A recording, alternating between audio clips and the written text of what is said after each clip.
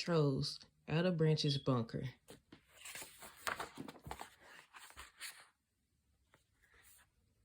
This is Troll Village. It's where I live. Everybody's a little too happy here. They're all colorful and they love to sing and dance and hug and sing and dance and hug and sing and dance and hug. Everybody except me.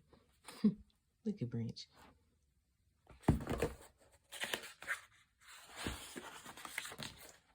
I'm Branch, the only great troll. Unlike the other trolls, I don't sing, I don't dance, and I don't hug. I mostly worry about the virgins. They're big and mean and miserable, and a long time ago they used to eat us.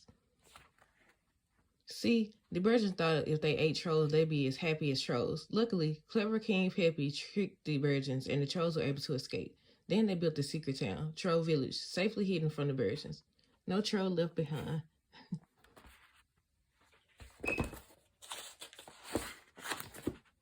But the virgins might come back at any time, so I keep my guard up. I stomp at everyone's noisy parties, telling them, be quiet, you will attract the virgins. And then I go back to my safe and well-hidden bunker. Today there's a celebration. The whole town is throwing the biggest, craziest, loudest party ever. And no matter how much warning I do, nobody listens.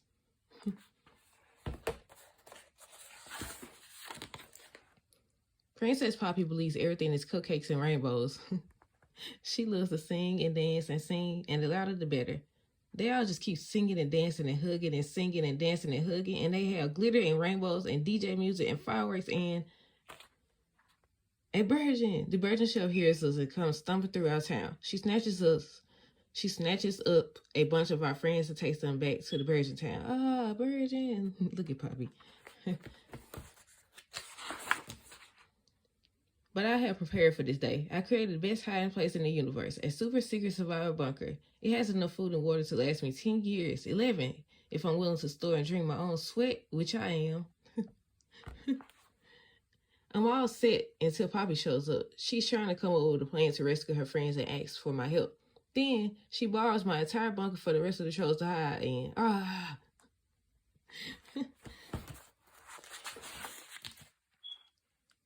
All those happy trolls make me crazy, so I go with Poppy to save her friends. We travel through the dark forest and have to battle weird monsters and scary spiders.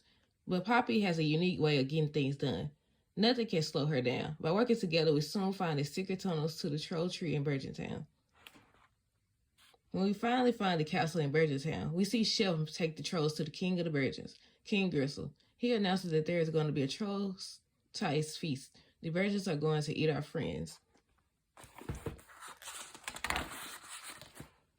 A virgin maid named Bridget is keeping the trolls in her room. Poppy comes up with a smart idea. She sees that Bridget has a mad, crazy crush on King Gristle. If the trolls can help Bridget find the confidence to win over King Gristle, then she can help us escape Virgin Town.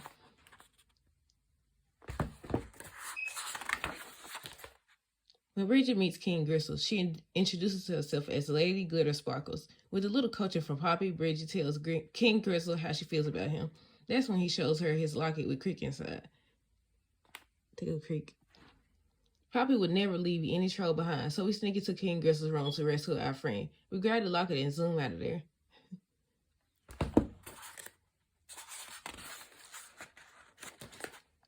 But when we open the locket, Creek isn't there. Sadly, we learned that Creek told Chef where the other trolls are in order to save his own life. Now we're all doomed. Doomed!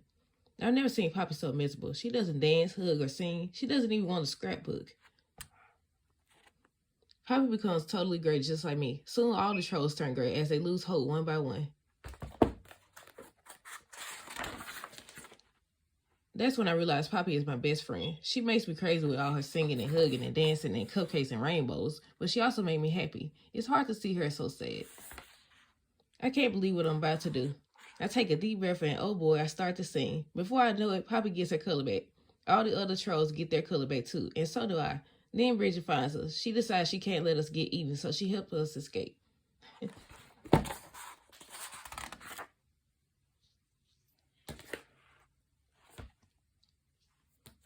We can't abandon Bridget, so we save her, troll style. When King Gristle learns that Bridget is really Lady Glitter Sparkles, he realizes that he's in love with her, which makes him truly happy. He doesn't need to eat trolls after all. We start singing and dancing. The virgins are confused at first, but then they join in. Just like me, they discover that their happiness has been trapped inside them all along.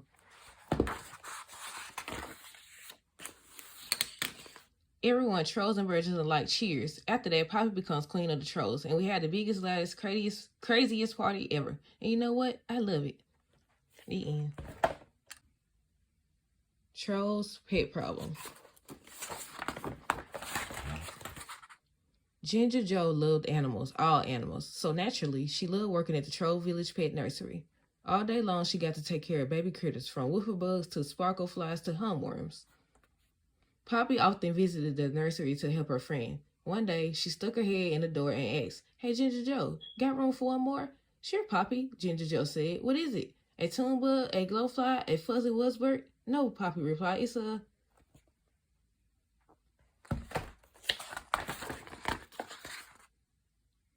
Tarantapuff.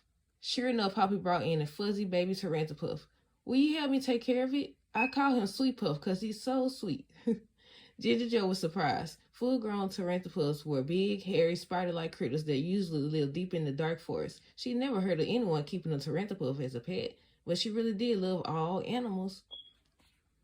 "Of course I'll help you," Ginger Jo said. "Does Sweet Puff like it when you pet him?" "He loves it," Poppy said. "Give it a try."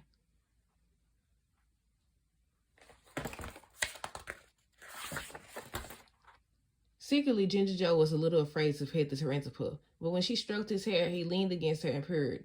"Oh, Sweet Puff really is sweet," she exclaimed, "and so soft."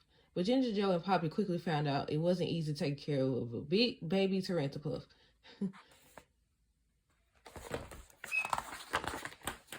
Sweet Puff was very hungry all the time. Even though Ginger Jo and Poppy gave him lots of food, it was hard to keep the Tarantapuff from gobbling up all the other animals' food too. "This is one hungry Tarantapuff," Ginger Jo said as she opened another sack of food. When he wasn't eating, Sweet Puff loves to play outside with the other baby animals. One of his favorite games was hide and seek. He tried hiding in Smidge's pod, but that didn't work out well. Sweet Puff was kind of big.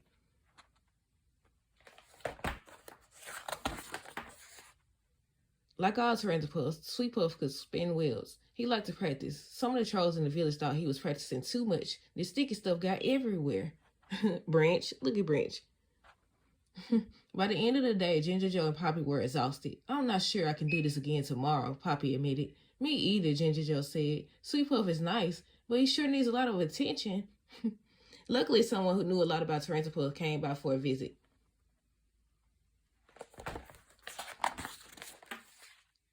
It was Bridget. To a virgin like her, all Tarantapuffs were tiny and cute, even the full-grown ones. "This little guy must have wandered off," she said. "He belonged with his family in the woods." "But how will we find them?" Ginger Jo asked. "We'll find them," Bridget said confidently.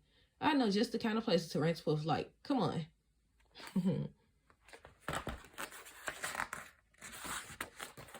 Bridget led Ginger Jo, Poppy, and Sweet Puff through the woods. Soon they found two Tarantapuff parents. They were relieved to see Sweet Puff. The young Tarantapuff jumped off Bridget's finger and ran to his mom and dad. "Aw, they look so happy," Poppy said. "I guess even Tarantapuff love hugs," Ginger Jo said. "Definitely," Poppy agreed.